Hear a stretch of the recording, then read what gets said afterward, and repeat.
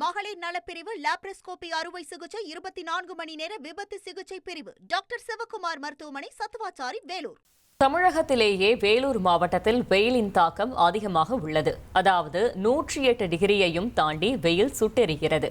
இந்நிலையில் அரசு சித்த மருத்துவ தில்லைவாணன் வழங்கியுள்ள ஆலோசனையில் நீர்ச்சத்து நிறைந்த பழங்கள் மற்றும் காய்கறிகளை அதிகமாக சாப்பிடுமாறு வலியுறுத்தியுள்ளார். மேலும் அம்மை தொற்றை தவிர்க்க வாரம் 2 முறை வேப்பிலை, மஞ்சள் கலந்த நீரில் குளிக்கலாம் என்றும் டீ, காஃபியை தவிர்த்து சீரகம், வெந்தய தண்ணீரை குடிக்குமாறும் அறிவுறுத்தியுள்ளார்.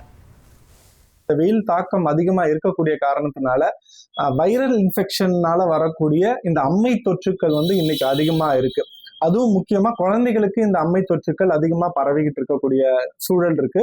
இதுலயும் பாத்தீங்க அப்படின்னா இந்த வெயில்ல அடுத்து ஒரு கோடை மழை வந்ததுன்னா இந்த வைரஸ் தொற்றுக்கள் இன்னும் அதிகமாகக்கூடிய சூழலும் உண்டாகும்.